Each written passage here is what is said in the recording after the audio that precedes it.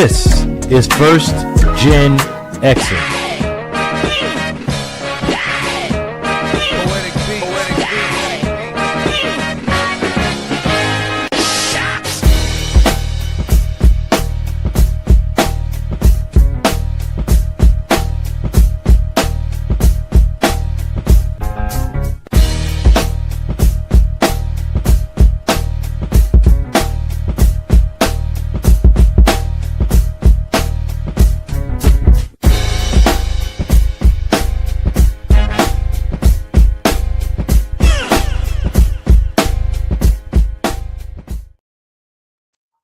All right. Hey, y'all, what's up?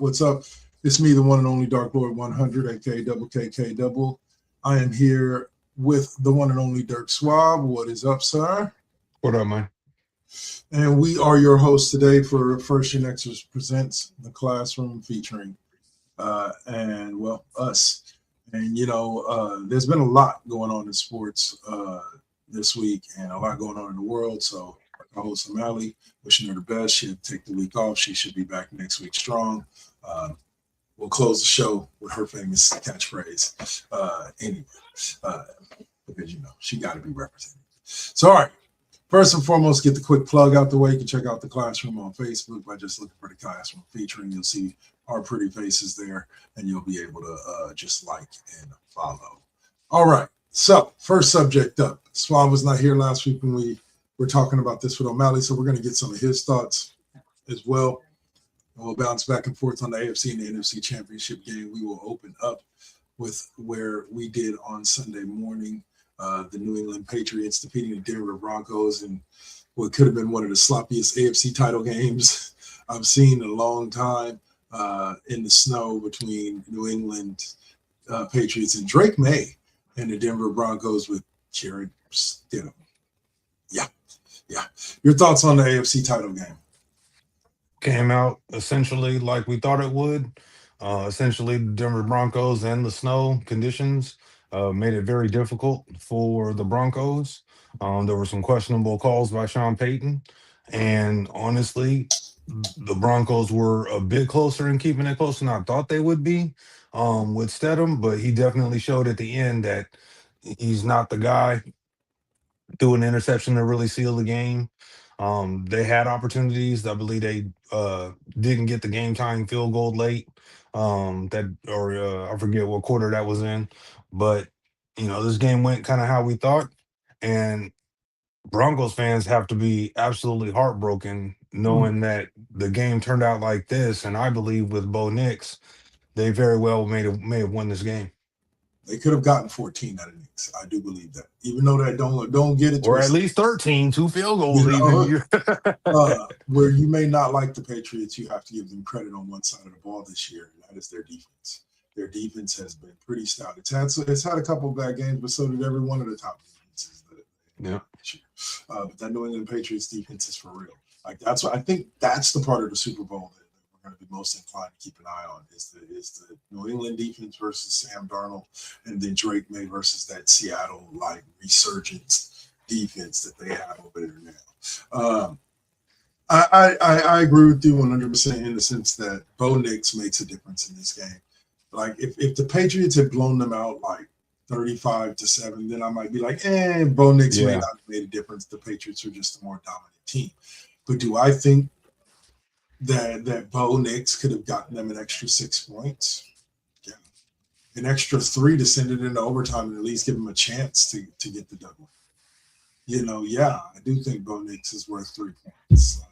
Jarrett Stidham. No offense to Jarrett Stidham. Like, bro, bounced around a bit. He is a career backup. He's making NFL money. I'm not mad at Jarrett Stidham. Maybe had he been able to come in earlier in the season and actually get his feet wet against other teams where it wasn't one or done. I mean, he was put in a very tough position that only a rare few backup quarterbacks have actually excelled. Well, I was going to say also, it reminds me of what you're talking about is if he had more time, like that reminds me of the Matt Castle situation. One year the Patriots fell off in that run with Tom Brady where Brady got injured first thing in the year. What is it with quarterbacks and getting injured against Kansas City's defense like week 1 or week 2? Like it happened to Jimmy Garoppolo, or it was week 3 with Jimmy Garoppolo, and then it happened with Tom Brady, but yeah, like Brady got hurt and Castle took over early in the season, like week 1, week 2. He was able to lead them to 11 wins. They still went 11-5 that season. It just wasn't enough. Hey, it got him paid. I mean, you can go back the Flynn, I believe that quarterback's name was, for Green Bay. He ended up signing big time money 2 times, I believe. He signed once with the Raiders and then with another team. He got paid twice as a backup. Frank Reich had a decent career, but he came in and won. So Mac Jones is about to get paid. Yeah, Mac Jones. I mean, hell, the other guy in the Super Bowl, Sam Darnold. So I mean, he came in, did the backup thing for a heartbeat, went to a good team, had success. So there's been ups and downs. It just is a shame that Stedham got put in this position, and even with the whole week of reps, they just were unable to form a game plan around him to be just a little. They lost this game by a sliver with a backup quarterback. With the backup quarterback, and that is impressive. Good job out there, Sean Payton. I'm pretty sure you guys will be back next year. This defense is young. They still got Dre Greenlaw. They still got Hufanga. They still got the other beast on the defensive line. So that team's going to be back, and they're going to be relevant again. I don't know if they're having a number 1 seed season again next year, but I think they'll still be relevant next year. I mean, I think they're doing enough to win, but I will say that the knee-jerk reaction by Sean Payton to fire the offensive coordinator after this game, I don't know. It's like, okay, you were the number 1 seed and you fell short because your backup quarterback or your starting quarterback got hurt in the last 3 plays of a game, an overtime game, to advance in the playoffs. And you fire your offensive coordinator after that season. Now, I know Sean Payton's the guy that calls the plays. The offensive coordinator is there for everything that Sean Payton doesn't want to have to do. He's orchestrating, doing what Sean Payton tells him. And I guess they have a long history, so the offensive coordinator knew somebody's head was going to roll. And since the defense had been lights out most of the season, Sean just chose him. Now, why? I don't know. I really have a hard time. Anybody below him is a null factor, meaning it doesn't have enough impact to make it seem like there's been, somebody was held culpable, and the only person above him is Sean Payton, so he's not going anywhere. It's the optics, though. I mean, you just got finished being the number 1 seed. Your starting quarterback went down. You're the guy that really calls all the plays. And because your backup quarterback still kind of shit the bed, unless the offensive coordinator's job was to get him ready, and Sean Payton felt like he didn't do a good job of that, which, let's be honest, a week of preparation isn't doing anybody any good with a guy that's never really started before, and doesn't necessarily have a ton of high-end potential. Let's be clear. Had they had Malik Willis instead of Jarrett Stidham, I think they probably win this game. But you're dealing with Jarrett Stidham, and he just wasn't able to get it done. There was no reason to fire the offensive coordinator after the season you just had. No reason. You weren't on the hot seat. The ownership wasn't looking for somebody's head to roll. So for Sean Payton to do this knee-jerk reaction is very, very curious. Very curious. I can definitely agree. It makes about as much sense as a McDermott fire. Yeah. That one's even worse, but I understand. At least that one has some history. You've only been doing this Bronco thing for 2 seasons, and it's been going very well for all things considered. And the McDermott one's even, at least there's prior history, regardless of the fact that he helped build this thing up and build Josh Allen up and everything about this team. That one. I mean, this one was kind of worse because the McDermott one actually had history. They've been coming up short. Everybody was like, "This has got to be their year," and they weren't able to Kansas get City it done. out of the playoffs. So I can joke. Cincinnati didn't make the playoffs. The Ravens didn't make the playoffs. This was supposed to be the Bills' year to be able to run that table and get to a Super Bowl. So that one I understand, but the Broncos in year 2 of the Sean Payton era, firing the offensive coordinator after you just had the number 1 seed, I might feel different had they lost with Bo Nix. Right. But it's obvious to me, Sean Payton put the OC in charge of getting Stedham ready. A week wasn't hardly good enough. I mean, I don't know. I don't know. I thought the game plan was kind of faulty, and that's a Sean Yeah. Payton thing. That's not on the offensive coordinator. They didn't really rely on the things that Stidham does well, which aren't a lot, but short passes, rely on the running game, and you're playing in a snow game. So Yeah. really, this is kind of a loss on Sean Payton, and he literally took his offensive coordinator, moved him in front of him, and said, "Here, take this bullet." Hey, guy. Hey, you want to come over for a second? Yeah, just stand right here. Yeah, and from what I've read, the What, reports I've what read, happened? the offensive coordinator knew it was coming. He said he knows when Sean Payton gets in these moods because they've been friends and associates together and have coached together at other places. So he knew the writing was on the wall. He didn't think it. He thought it might happen, but yeah, it's just kind of that was just a weird one. Didn't really sit right with me. Sure. All right, so we'll move over to the NFC now, where the Seahawks, I wouldn't say dominated, but definitely had a great game for round 3 against the Rams as they beat the Rams 31-27 to advance to the Super Bowl. I don't think Seattle's been to a Super Bowl since the Legion of Boom. Nope. So this is a congratulations. What sucked about this is after the Patriots won in the morning, either way we were getting a rematch. Yeah. Either we were getting a Either rematch way. of Seahawks Patriots or we were getting a rematch of Rams Patriots. So it just kind of sucked from there.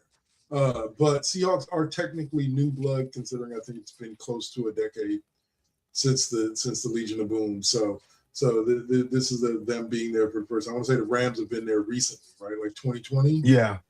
Yeah. 2020, 2021, something like that. They won over the Bengals. But yeah, so congratulations to Seattle. Like I said, it's always nice to see the team that beats you get to the Super Bowl. I will say this, yes, that TikTok that you sent me is true. It's why I would not be looking at Levi Stadium for the next week or two. They have a big picture of Sam Darnold out there, and as a 49ers fan, that makes me want to puke just thinking about it. But congratulations to the Seahawks. I can't take anything away from them. They were on top. They finished on top of the toughest division in football with the number 1 seed, and then proceeded to run over both of the other 2 top teams in their own division to get to the Super Bowl. Hell of a story, man. Hell of a story. What are your thoughts? Yeah, their title game was probably the best game. I would want to say a little bit more excitement per se. Both teams healthy. You're beating Matt Stafford, who's coming into it, essentially up for an MVP. I'd be very surprised if he still doesn't win it. Drake May had a great year, but I believe Stafford has done a lot of deserving things out there on the field. I will say the last play of the game was a bit of a head scratcher and how it was called. I thought Puka Nacua completed it with the feet down and got out of bounds, and the refs called it a different way and ended the game on the spot. So that was kind of a weird way for that game to end. But you give credit to Seattle. They did beat a very, very competent team, a very high caliber quarterback. I mean, honestly, they're my favorites to win the Super Bowl. I just don't see with everything that they have going right now. As long as Sam Darnold is more healthy than he was for that game, I think they're my favorites to win the Super Bowl. I And I can see mean, why they're your as a favorites. ex-Raider fan, Yeah. I'd be like, Seahawks all the way regardless. But just speaking unbiasedly, I think how they got here, the run that they're on, I think that they have a very good chance. Although I won't discount the Vrabel. I do like him as a head coach. They do have some of the pieces they need to be able to win this game. But I just think it's the Seahawks' time. I can understand that. I think the X factor of the game is going to be New England's defense. If New England's defense can get Sam Darnold seeing ghosts, if New England's defense can turn Sam Darnold into old Sam Darnold, I think New England has a chance. Because I think that they know how to work with Drake May. They know how to keep it simple with him. And they have a running game. Stevenson, was it Rashawn Stevenson? Ramondre Stevenson, and what's the other guy? Henderson, the rookie that they have too. They have a solid running game. And I'm not saying they're going to be able to run all over Seattle because, as we saw, even with Christian McCaffrey, it was tough for the Niners to move the ball against Seattle's defense. But I think that they'll be able to scheme up some stuff to be able to move the ball. They're playing in Levi, so we're not looking at As far as I know, there's not any rain projected for next week, and they're not going to be playing in the snow. At worst, it's going to be cold. You know what I'm saying? So I can see them establishing a running game in this game and being able to, how do you say, game manage Drake May out of making a lot of mistakes against a defense that he should probably make a lot of mistakes against, as good as they are. Yeah, I think this game comes down to which defense plays the best for that game. I think that the Seahawks will definitely rely on a lot of the game film that they saw because if the Patriots play like they played against the Broncos, they are getting crushed Oh, in yeah, this game. crunch. But if they're able to do like you're saying, control the ball, no turnovers, rely on the running game. Only problem is, I think this is about the Broncos were a great defense. Seattle is just as good, if not better. Again, I like I said, it's a toss-up for me. I could see either team winning, but I definitely agree with you. I see Seattle's the more likely thing. But again, I think it all depends on what that New England defense does. If they live up to the hype of what they've been most of the season, again, I think they can get Sam Darnold out there seeing ghosts, and they can create some chaos in that backfield. Not to say now, mind you, if the Pats win the 7th Super Bowl, that's going to be. Now, Seattle fans, don't get me wrong. I am not discounting Kenneth Walker Jr. and Zach Charbonnet. I am not. Those are two of the best backs in the league right now. But I think that both offenses, Seattle's and New England's, face similar issues against the defenses that they're facing. Both defenses are very stout run defenses, and they have good guys. They have good guys on the corners and on the back end. So, like I said, I don't expect a high scoring battle. Hopefully, this shit ain't gonna be 10-3 like it was with the fucking Patriots and the Rams. Hopefully we'll like 28-21. I could see Seattle winning something like that. Sorry. As y'all know, in the NFL, as soon as the season ends, get fired and get hired. So we're gonna talk a little bit about the head coaching carousel, right quick. And where these folks have gone. You weren't really here last week when we discussed this a little bit, but so far we have Atlanta Falcons hiring ex-Browns head coach Kevin Stefanski, the Baltimore Ravens hiring the Chargers defensive coordinator, who spent time with both Harbaugh's, Jesse Minter.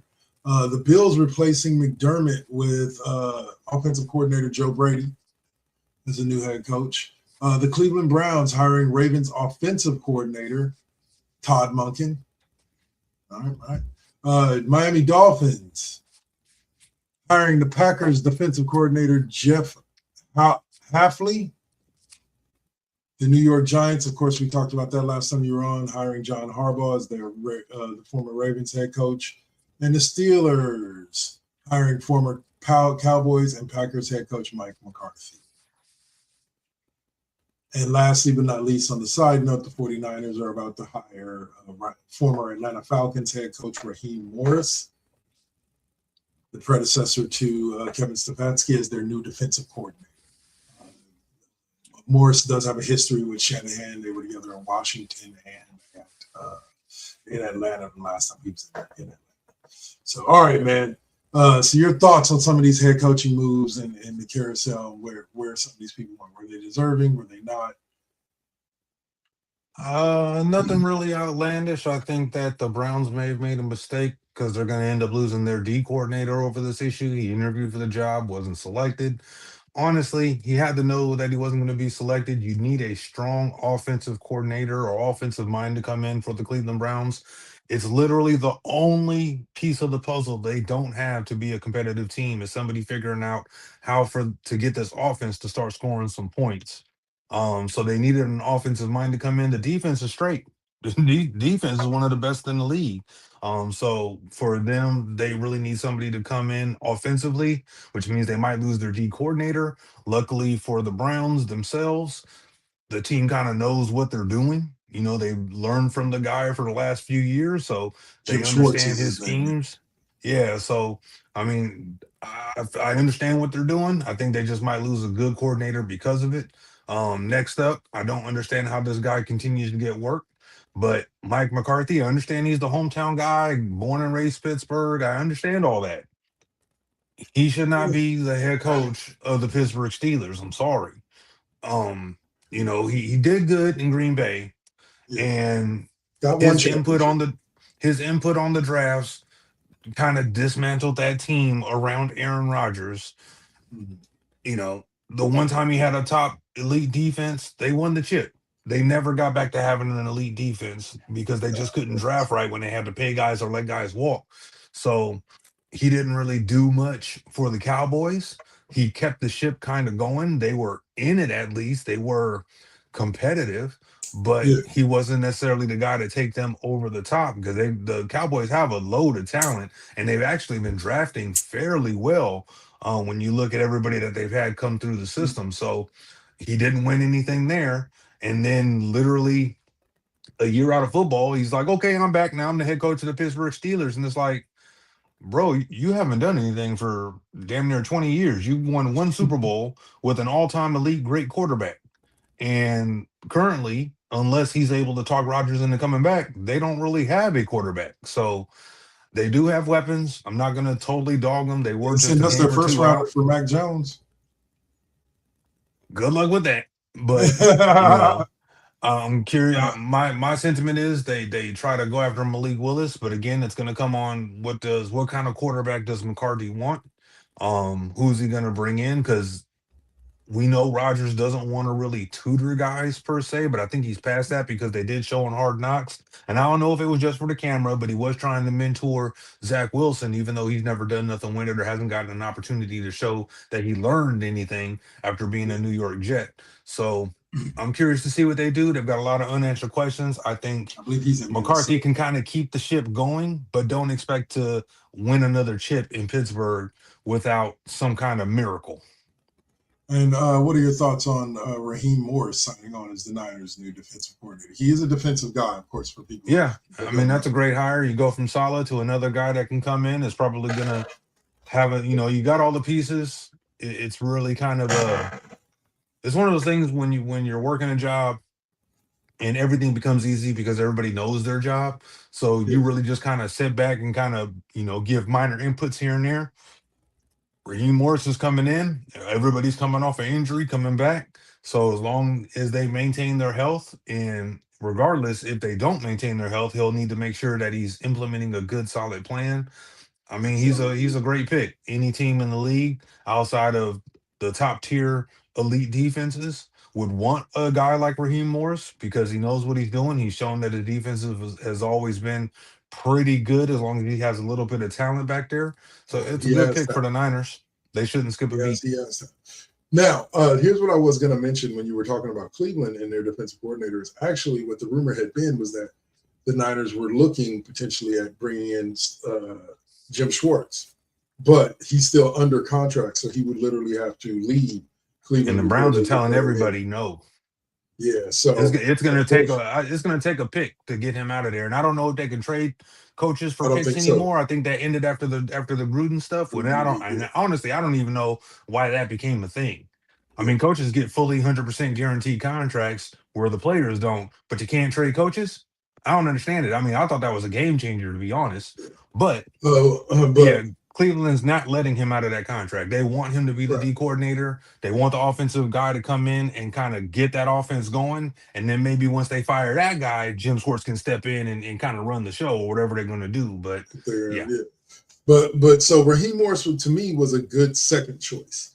He yeah, has head coaching experience, which is huge.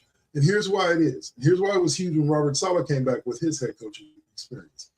He's another guy who they do not have to worry. Shanahan doesn't have to worry about the defensive side of the ball. Not to mention the fact that I believe they still have Gus Bradley, former Chargers defensive coordinator and former head coach, I believe with San Diego as well, as their assistant head coach slash defense. So you combine the defensive minds of Morris and Bradley and Morris knows the system that Shanahan likes run. He's familiar with that system that Saleh was running last year and can keep that continuity by working with Gus Bradley, who's been there for a couple of years already, working with the defense. And they have some studs on that Niners defense. Like I said, they don't have like Micah Parsons, but they have Nick Bosa. They have Fred Warner. Diamador Lenore turned out to be a pretty decent corner this year. So did Renardo Green. He kind of lived up to the hype of what he was supposed to be. He wasn't supposed to be a shutdown, but he was supposed to be a pretty decent corner. Upton Stout's looking like a really good slot corner, despite his minute size at like 5'9", 5'10", I believe he is. He's showing to be a good and slot corner. So you got that combined with Fred Warner coming back, with that kid Williams coming back, who was looking good. Alfred Collins, the backup defensive tackle that they got, or the defensive tackle that they got, he's looking good.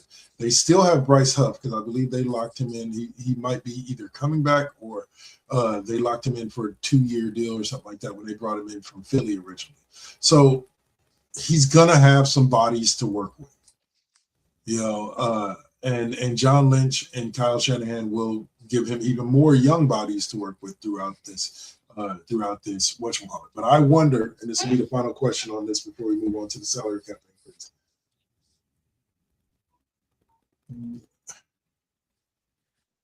What position do you believe would be most critical? And I'll even simplify the question a little bit. Which side of the ball do you think should be their primary focus in the draft, in free agency, and then in the draft?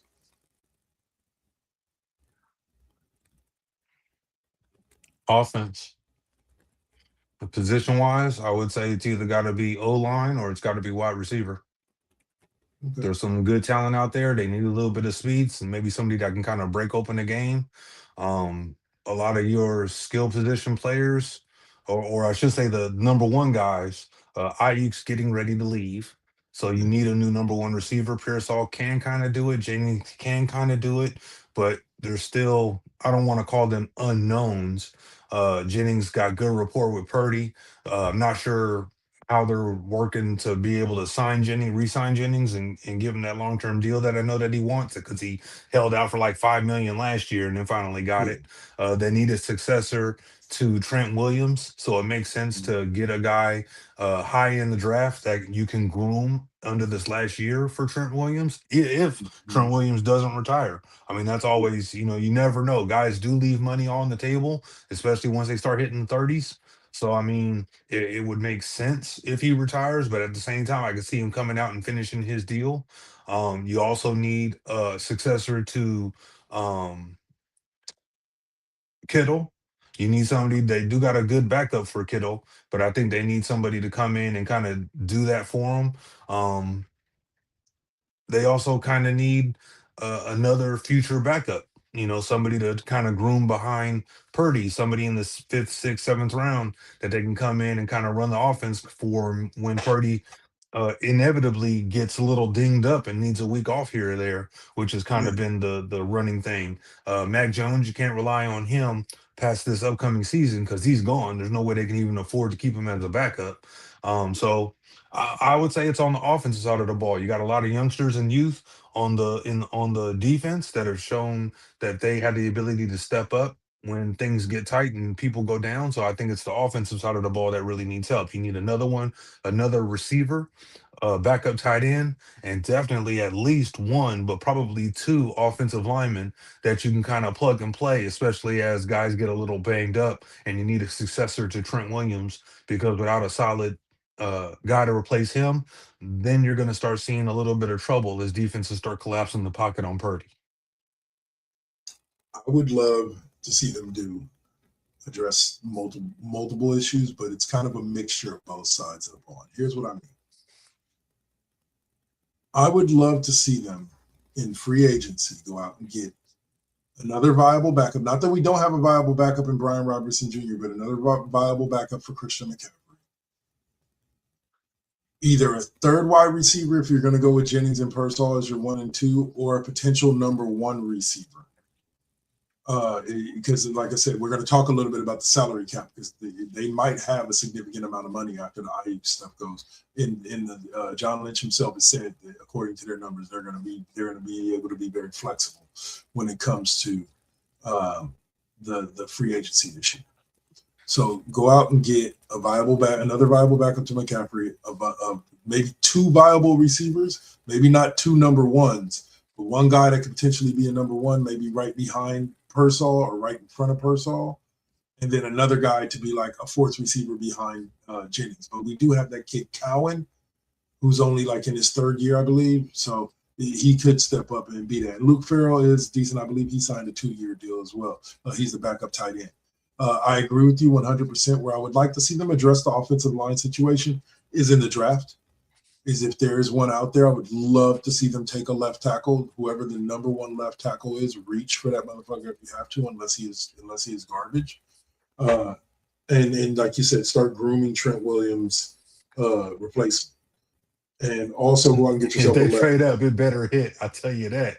No, I'm not saying trade up. I'm saying okay. I'm saying they should be able to get like where are they at? Like they made it to so they'll be in the early 20s, the late 20s. Yeah, there's going to be about 3, 4, 5 linemen gone by that point. It's going to be pick of the litter, probably best available. They might have a shot. I mean, in the 20s, it all depends on team needs, but I think it's going to be pretty deep at the offensive tackle. I think they got to reach in the 2nd or 3rd round for an offensive lineman. I don't think they'll get one of the top tier guys. And I'm curious to see if they'll even get the 3rd or 4th best receiver option at that pick. It's possible that it could fall down. I believe there's going to be about 2 taken in the top 15, which means that the 3rd guy will kind of be out there. It'll probably be one of those best available situations, unless they trade up a couple of spots by dangling a pick to move up. It won't be a massive jump, just a couple, probably like a 4th rounder or something, or a 3rd rounder to move up a spot or 2 to get the guy they 100% want once it starts getting, pick of the litter. I will say this: if you do not go O lineman, I don't know if I want them to go receiver. Not because it's not a deep receiver draft, but because it is. Like I think they can get a 3rd or 4th option in the 2nd or 3rd round. Somebody that they can groom into that spot that doesn't have to necessarily be a top tier wide receiver right away, but can come in and make some catches when necessary. You know what I'm saying? And they can wait until the 2nd, 3rd. If they don't go with the O line for that 1st round pick, I would love to see them go edge rusher. They can always. I wouldn't be mad at that. I mean, honestly, at that point, they said he might be a top 10 pick, but if he slides in the draft for whatever reason, that tight end from Oregon, that's the best tight end in the draft that they said was worthy. If he falls into the 20s, I would probably jump on him and do a double tight end set and 2 wide receiver, 2 tight ends. They'd be nice. Yeah, very true. Well, and what they do need is a blocking tight end similar to Kittle. They need somebody who can block in the zone blocking scheme or zone running scheme that Shanahan runs, and they need somebody who can also catch the ball and go. So all right, so that'll do it for that. So the next thing we're going to talk about real quick is the salary cap increase. We're going to touch on this and then the Hall of Fame before we take our first break. But the salary cap is going, and for 2026 is going to jump by a little over 20 million. Now, mind you, it's jumped every year by at least 20 million since 2022, with the high point being 30. It jumped 30 million in 2024 to 255 million. Now it's jumping up to 301 million. It's an increase of 22 to 26.5 million from the 279 from last year. So this is going to give teams like the 49ers a little bit more room than what they thought they have. I believe they were originally supposed to have like 27. I can't believe Javon Hargrave is still sitting on their fucking thing at fucking 16 million in dead cap money. That's insane. But it'll give them somewhere between 25 and 40 million underneath the cap. So that's some money to do something with come free agency. So how do you think the salary cap increase is going to affect free agency spending during this year?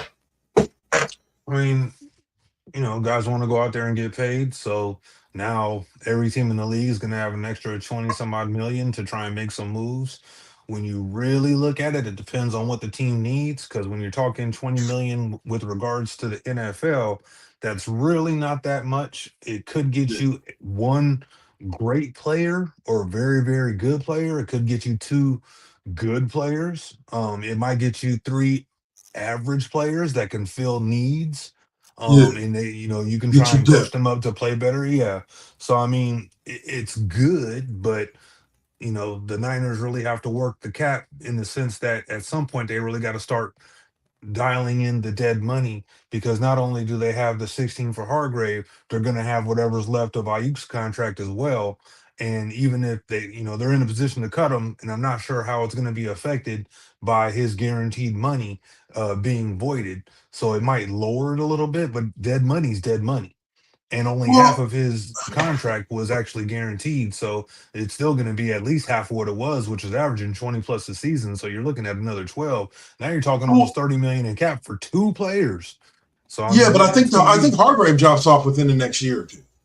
Like, yeah, but you know, that's 2 years of almost 30 million in your cap tied up to players who ain't playing for you. well, think about it. It's Yeah, rough I out know. there. Don't get me wrong. I agree with what you're saying as far as the financial aspect of it. But I'm saying they're not in that bad. 40 million can fill a couple of holes, like which is what they're going to be around. They're going to be Yeah, there but around you 25 can't to forget 40 about million. re-signs. They've re-signed important players, but Jennings But going to they've want a new re-signed, but they've deal. locked up all their importance. Fred Warner has been locked up to a long-term contract. Nick Bosa has been locked up to. Brock Purdy has been locked up to a long-term contract. Ricky Pearsall doesn't come up till next year, but I don't think he's going to be commanding more than about 15 or 20 million. He's not exactly, unless he has a breakout season He's where probably he going ends to up with average like more around 1,500 yards. 10ish. Yeah, so we're probably looking around 10 and we're probably going to be playing Jennings between 10 and 12 if he resigns. Kittle's already re-signed and locked up for another 4 years. Juszczyk is locked up for like another 2. Like all the important, but McCaffrey's I think been locked up, or he's coming into the end of his deal, but he'll be locked up for something like 20 mil a year. So like I get what you're saying about the re-signing, but I think they're through the deep water when it comes to the re-signing. The big one that we all knew was going to happen was Purdy, and with the way he had played on his rookie deal, we knew he was going to be getting anywhere around top elite money. Now he's gotten that money, and they've structured the contract to where, and I can guarantee you, before it gets to that 70 million balloon in the final year of his contract, if they're going to re-sign him and he's still playing well, they're going to restructure that final year to clear up some capital. Yeah, I mean, there's always ways for them to finagle the cap, but you got to remember Yeah, this is the same thing that happened to Hafunga, Greenlaw. There were good players on the team that they had to let go for cap reasons. They could have. Hufanga, Well, maybe Greenlaw Greenlaw, wanted to be a Greenlaw, Bronco. Greenlaw. They matched the offer that the Broncos gave him. He chose to go there. They had enough cap room to match that contract, so it wasn't Greenlaw wasn't a salary cap issue. But Well, I mean, Hufanga, it kind of is though, because yeah, they matched the offer, but if they come over the top of the offer because they really wanted to keep him, I mean, they were at their limit. So this is going to come to effect for those guys well, no, they were that are at what they gonna, were. They weren't necessarily at their limit. They were just at what they were willing to spend. yeah. Like that, because Lynch even said that they were 100% being frugal last year with the cap. But like I said, he said they're going to loosen up the belt strings for this year. One last quarterback to get to, or one last coaching thing that we forgot to get to. The Raiders signed Clint Kubiak, or is said to be signing Clint Kubiak after the Super Bowl as their new head coach. As a former Raiders fan, what's your thoughts on that, boss? I mean, he did good things. You needed an offensive guy. They're most likely going to take, and it's funny. I've been going back and forth with current Raider fans and Uh, casuals about the game, about what the Raiders should do with that number one overall pick. And really, that's what it comes down to. You needed an offensive mind. They're going to take Mendoza because they can't afford to not take him and pray to win the Arch Manning sweepstakes. It is yeah, very rare for what the Bears did to work out for any other team's favor. To trade out of the number one pick with a quarterback on the board and then get the quarterback the next year with the number one pick. they did. My thinking was, okay, if you're not going to take Mendoza, somebody's going to give up the bushel for him.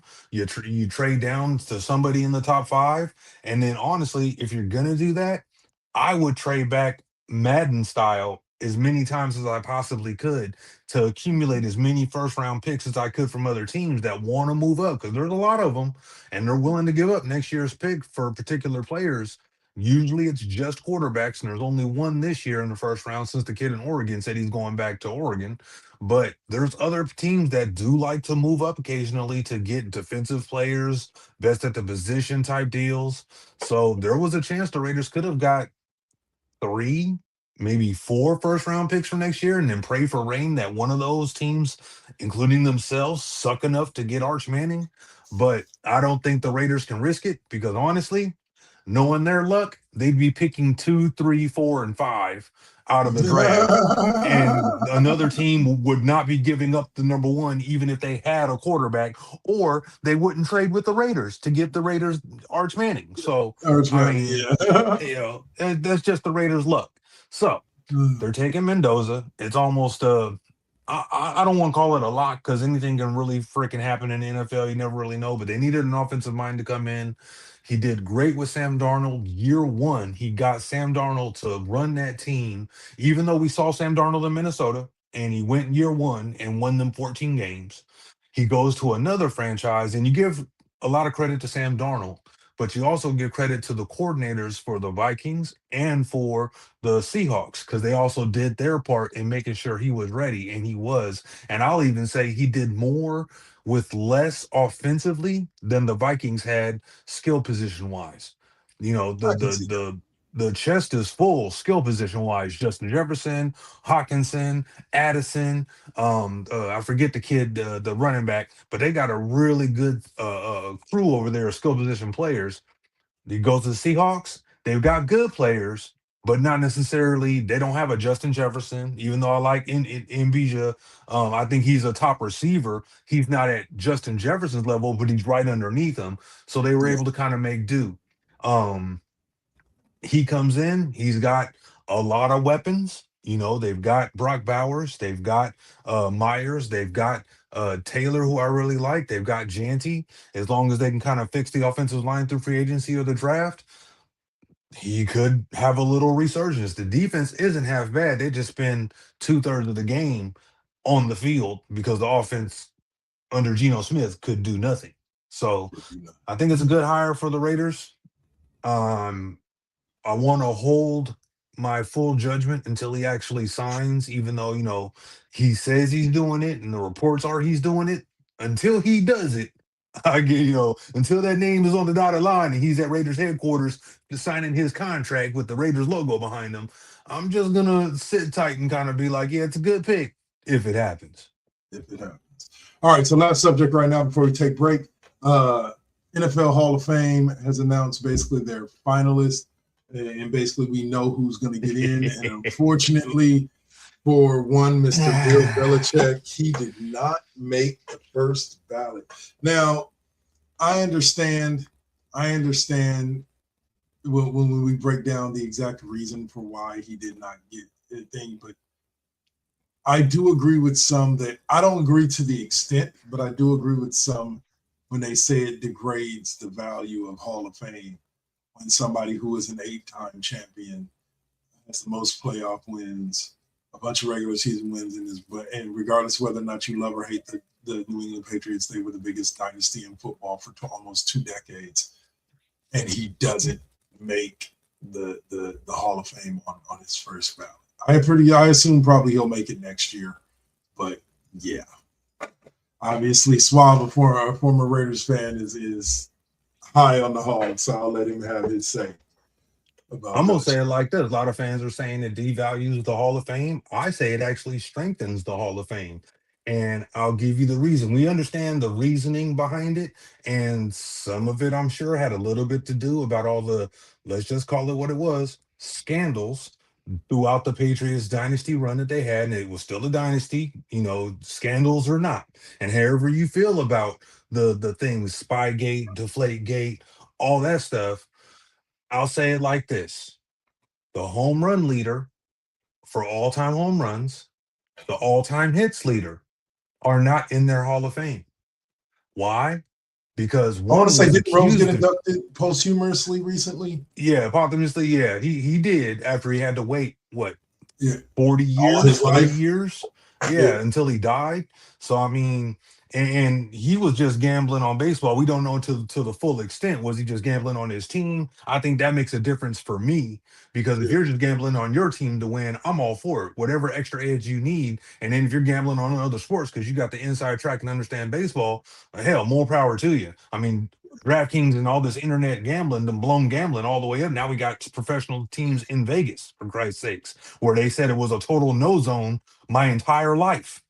You know, they didn't even want people to go to Atlantic City or Vegas. You didn't want to get caught. So you were only in the high roller suites. But anyway, I digress. So you got the home run leader not in, who never failed a test while he played. He was linked to Balco. He still never failed a test, even after the whole Balco stuff came out, and he's still been denied. Now, Roger Clemens is a bit different. He got caught with his wife ordering his HGH to keep his career going, but make no mistake about it. Is Bill Belichick deserving? Absolutely.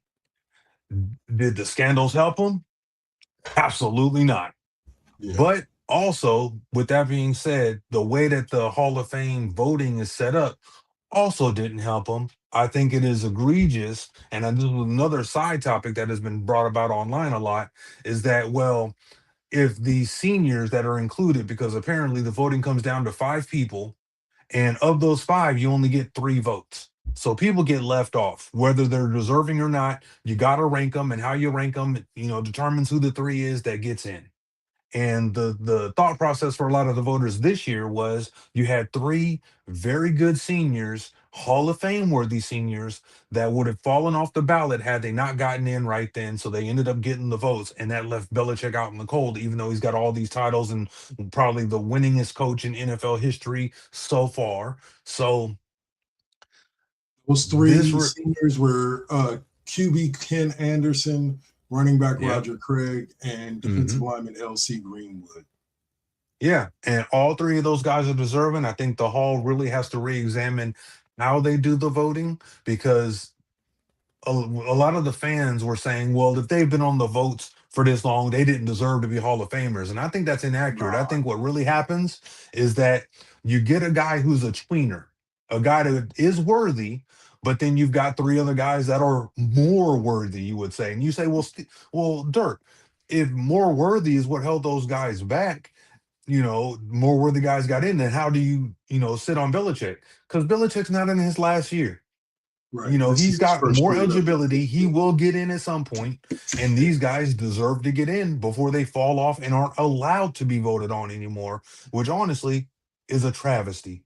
Yeah. The Hall of Fame has to redo how they do the votes, and I know fans think that it'll uh, degrade what's in the hall. The Roger Craig deserves to be in there. Ken Oh, yeah. Anderson was great. Greenwood was a great player. So I mean, these are guys that we kind of grew up as kids watching play the game and helped give us the love of the game. And some of them were absolutely critical in their time and in their heyday for the teams they played on. And they are Hall of Fame worthy. You're not always going to have the absolutely best stats ever. I mean, Joe Namath is in the Hall of Fame with more interceptions than touchdowns, because he had the aura.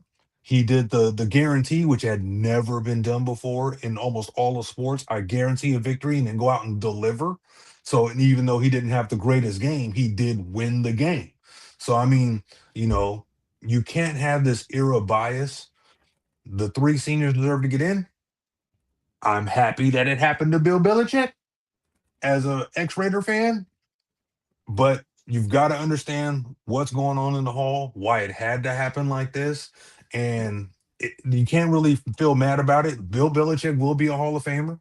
He just won't be a first-time ballot Hall of Famer. But honestly, they did the same thing to T.O., and T.O. deserved to be a first ballot Hall of Famer, and they left him off the first ballot. So it's not like we didn't have this just happen recently to someone else who was deserving of being a first ballot Hall of Famer.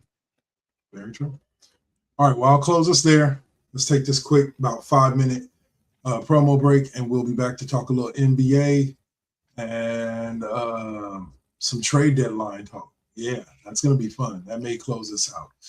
But we'll see y'all on the other side. You're watching First GenXers Presents The Classroom on the First GenXers Broadcast Network. I'm Dark Lord 100. That there is Dark Swab. We'll see y'all on the other side of the break. Peace.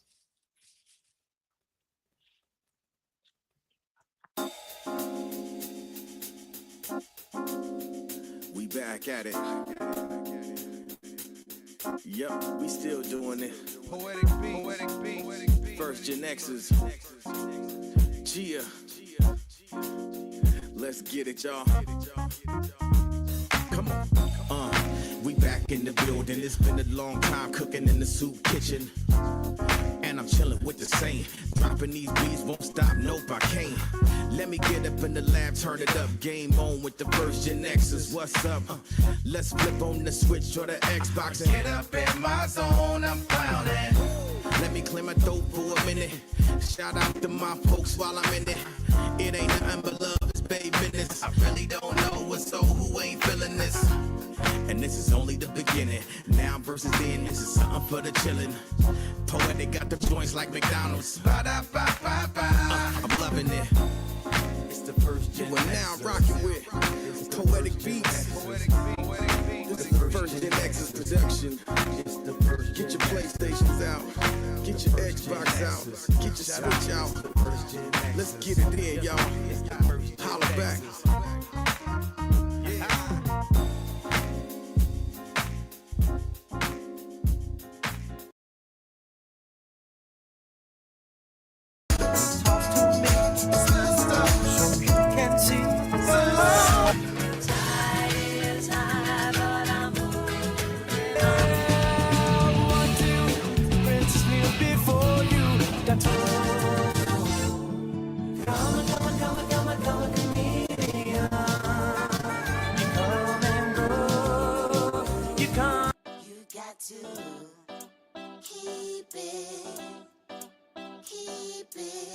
You got to keep it lovely. You got to keep it. You got to keep it lovely. Success comes right after the struggle. I ain't even giving up on whatever I wanted. The tragedies I've seen, I can't even stomach. Most of y'all weak as shit and would've started running.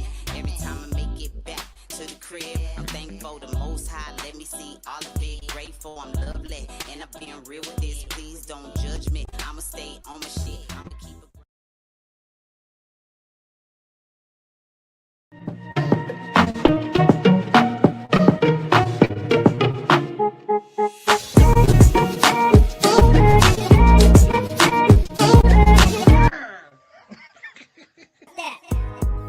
You getting on my nerves.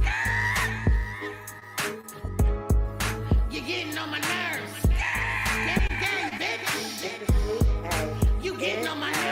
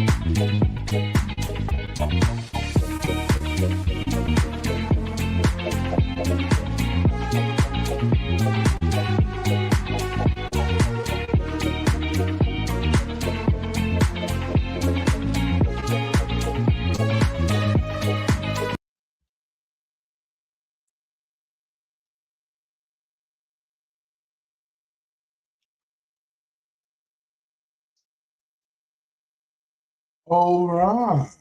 And we are back. Hope y'all enjoyed that little self-promotion there. Got to get it in there. For the First GenXers Broadcast Network here on Twitch with all the great shows that we have here, including the one you're watching now, which is The Classroom, featuring myself, Dark Lord 100, and the one and only Dirk Swab. We just got done talking football for a little bit. Now we're going to jump into this basketball world. One of the top stories right now that's on the tongues of every basketball fan is the trade deadline. And Giannis is said to have told the Bucks that he wants out. Not necessarily he wants out, but that he feels it's time for him to move on to other places. And one of the serious contenders for Giannis is the Golden State Warriors. There's been plenty of packages being thrown around as to what the Warriors could offer. It's been said by Brian Windhurst on ESPN that the Warriors have the best assets to be able to offer to the Bucks. Swab, what are your thoughts on this potential trade happening and bringing Giannis to the Bay to help Steph? I'm curious on what in the end it's going to look like. I think that they could hold on to a player or two, one of the youngsters, and not have to give up, say, a Moses Moody or a Pods if they're willing to add an extra pick or a pick swap to sweeten the deal. That's really what this trade is going to be based on. It's unknown at this time.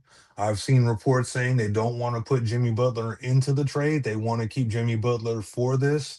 They think that they have the ability to add a few contracts with Kuminga and send him to the Bucks. But my preference would be to go ahead and sub out Butler. It was great while we had you, but you tore your ACL, you're out a full year. It's already halfway through the season almost. You're about to miss half of next year. So, plus you'll be coming back off the ACL. So there's no necessarily guarantee you're just going to step back on the court and be even the Jimmy you were for us. We're not even talking playoff Miami Heat Jimmy. So I'm curious to see what the final offers look like. I'm curious to see if the Bucks even trade them to the Warriors. They do have the best draft assets available because they have the most picks to send and pick swaps on top of that. So I'm curious what the final deal looks like, who's all included outside of Kuminga, who I think is for surely going to be a part of this trade package, whatever it ends up being. And I believe that his money is really the reason we'll have to take back two players. And if I were greedy, I mean, if the Bucks are really going to blow it up, I mean, I'd ask for Miles Turner on top of it. I mean, give us Giannis and Turner, and we'll add in a couple extra picks. And I'm really liking the Warriors' chances this year if they could pull that magical, thing off. So, but from what I've heard, it's going to be Portis and Giannis, or Giannis and his brother, or something to that effect, because they've got to put either Butler's money with Kuminga, which means Bucks would take back more salary than they're getting.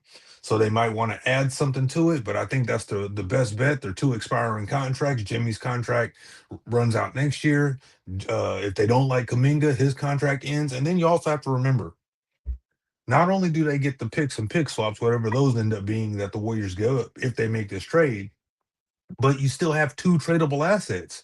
Jimmy Butler is still a tradable asset, even coming off of an ACL to a team as an expiring contract. Even though it's a large one, he could help another team with a playoff push.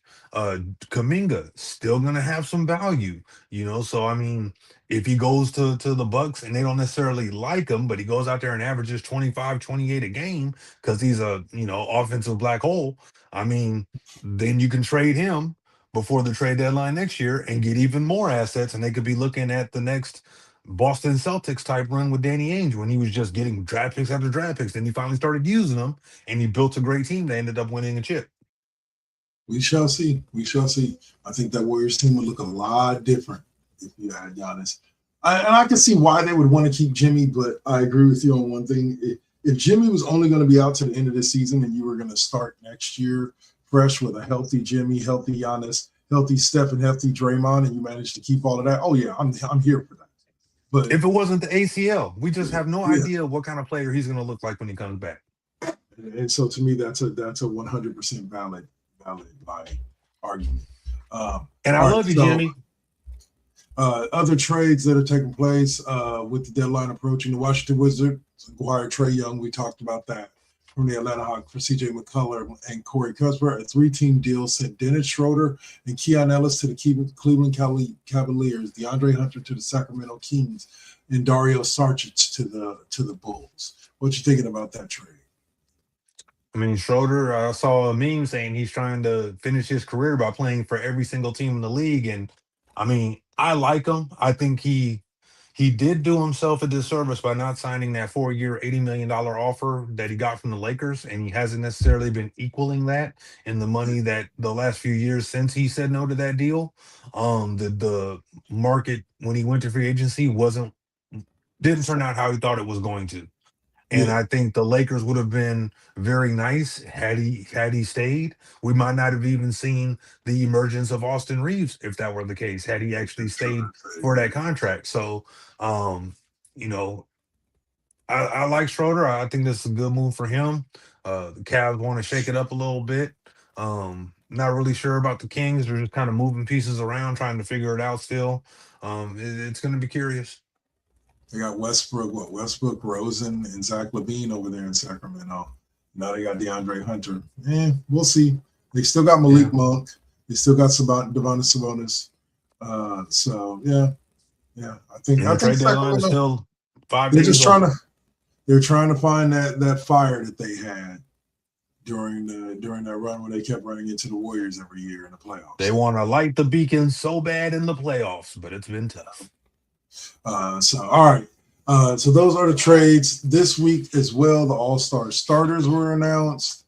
They included those are the All-Star reserves. Sorry, let me get the list of All-Star starters here. You know, we'll start here. All we know is LeBron's not one of them. So you give your thoughts, bro. I mean, you can look at it two ways. The fans said no. Yeah. You know, that's really what it comes down to. The fans have the votes. LeBron is one of the most overly loved guys in the sport. And this year, his fans didn't necessarily have his back per se, you know, so it's a kind of a long time coming. I saw some things I don't think they were real, where LeBron said he should be a starter and he didn't think it was right, you know, going out like this. And I'm like, well, let's be real. Unless you abruptly end your career, this is how all the greats, it happens to all of them. Oh, eventually you wear out, bro. Yeah, I mean, that's just how it is. Plus the fact you missed a nice healthy chunk to the early season. So I mean, do a sciatica. Yeah. So I mean, you didn't even play all year, and then you know you're turning around already complaining that, oh well, the pace of the game is so much, that's why we have to load manage. And it's like, you know, you're averaging 30 more possessions than you know they did in the 90s. Yeah. But that's because you choose to run fast. That's just what the game happened to evolve to, and the bodies have gotten better.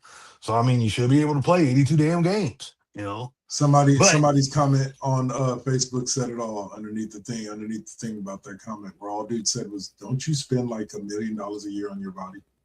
Yeah, for the sole purpose of doing it.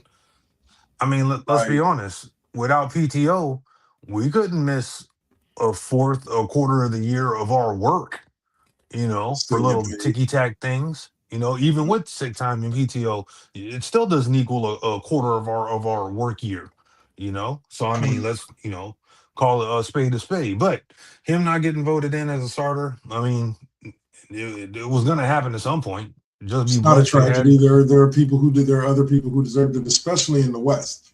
The West starters are his teammate Luka Doncic at the guard position. The other guard being Steph Curry, possibly the second most popular basketball player, right behind and beloved basketball player, right behind LeBron James. Shai Gilgeous-Alexander, Nikola Jokic, of course, and Victor Wembanyama. Yeah. Wemby. I mean, you can't. I don't see an avenue where LeBron can be mad that he wasn't in that 5. He made the reserve. Who are going to be over? Yeah, that was a foregone conclusion. He was going to be on the team. He earned his 22nd selection. Well, first time the All-Stars include Kane Cunningham, Evan Mobley, and Jamal Murray as reserves. For the East, it was Giannis, Jalen Brunson, Cade Cunningham, Tyrese Maxey for the 76ers, and Jaylen Brown for the Celtics. And I'm curious if Giannis does get traded to the Warriors, does he become a Western All-Star or does he still play for the East?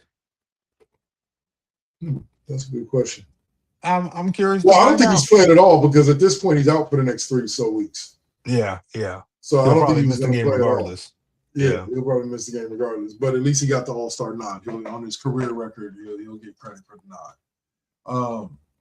Let's see. Last but not least, let's just touch on the Detroit Pistons, who officially overtook the Oklahoma City Thunder with the best record in basketball, with being 36-12 to Oklahoma's. No, sorry, Oklahoma still has the thing by about a game and a half. Oklahoma City is 38-11. Detroit is 36-12 on a 2-game winning streak and just took over the top spot in the East. What you thinking about them Pistons?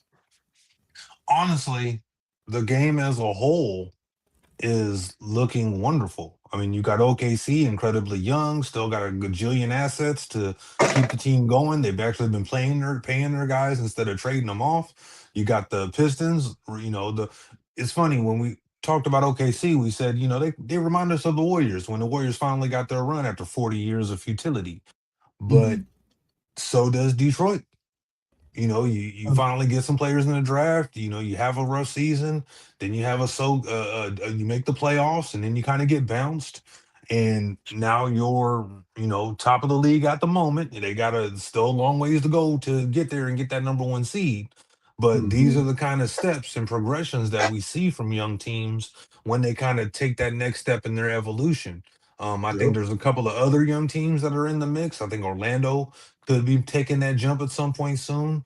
But you got to give your shout out to the Detroit Pistons that honestly, they haven't really been good since Chauncey Billups and the crew were there, and Rasheed Wallace. So, that fan base, even though they did have the 80s with Isaiah Thomas, and then they did have the Chauncey Billups ones, it's been a minute now.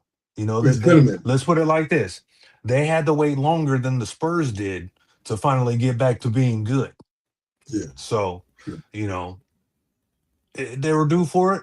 I'm glad for it because I hate to see storied franchises be bottom feeders for too long. I feel you. All right. So final subject of the day is one that I know you'll like. I didn't do up a banner for it, so we'll just talk about it. It falls under the category of various topics, top other sports stories, non-NBA or NFL sports stories for the week. And it is the one, the only, the new top man in men's tennis, Carlos Alcaraz, as he becomes the youngest tennis player to win the career Grand Slam by winning the Aussie Open title, defeating Djokovic. 22 years old, he becomes the youngest man to achieve a career Grand Slam, having now won all 4 major titles. And then Elena Rybakina claimed the women's singles title earlier this weekend, defeating Ariana Sabalenka. But your thoughts on Alcaraz getting the career, with a lot of careers still left in front of him? I'm going to be honest. This one kind of feels different than some of the guys in the past that have done this type of thing. You give him his credit. He's the youngest to ever do it. He got it done. But make no mistake, in my opinion, I think tennis is the weakest overall that it's been in a very, very long time, when his peers did the same thing. You've got guys on the way out, like the guy that he beat. He's a champion tennis player, but he's at the tail end of his career. So I'll give this guy credit, but what I really want to see, who becomes his rival?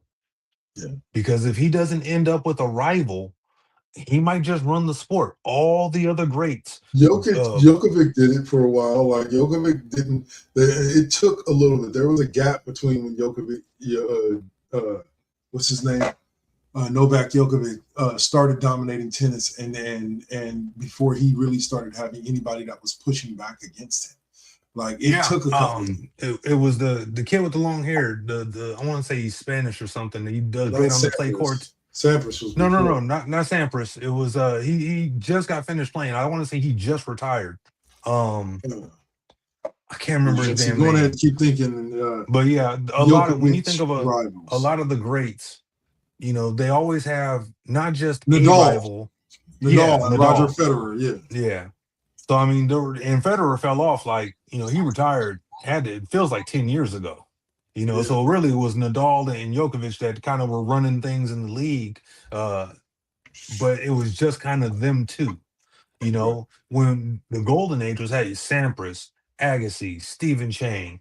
You know, there was a long line of guys that were stepping up and knocking out titles and winning. And even Federer, you know, Novak was young, Nadal was young. They finally start coming in as he's going out.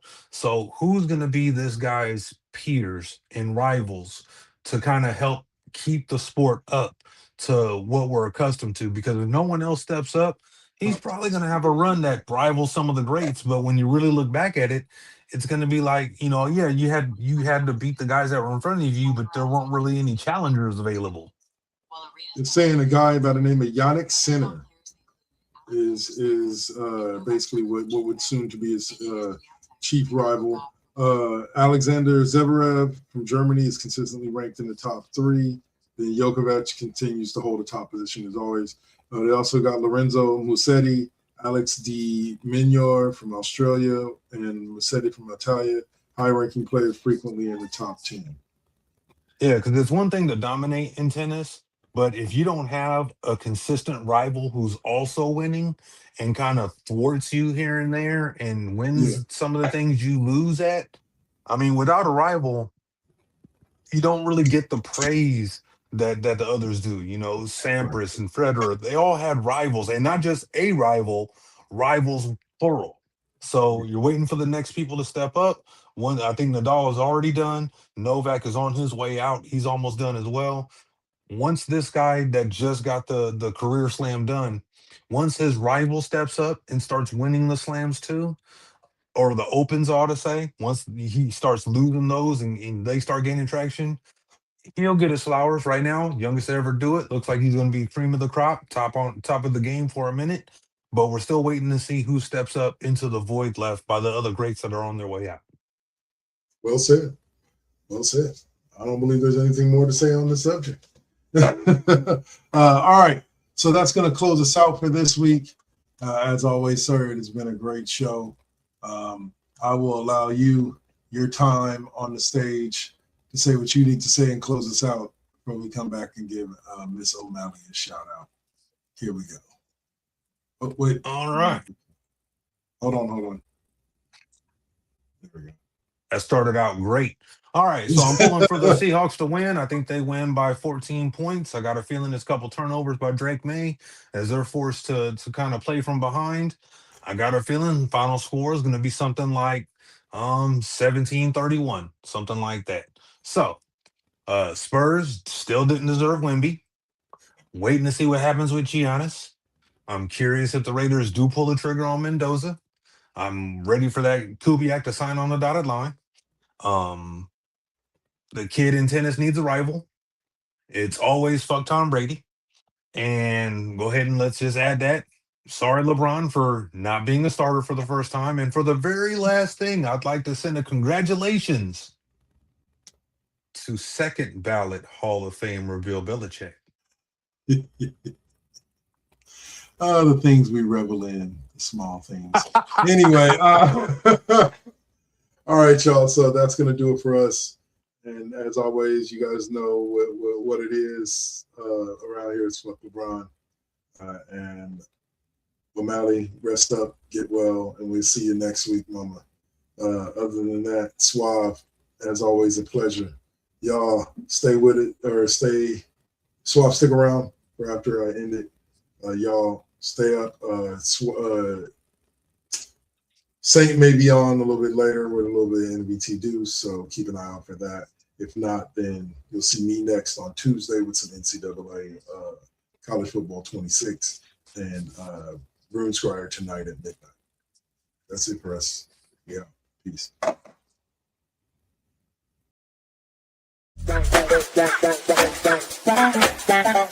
Bye.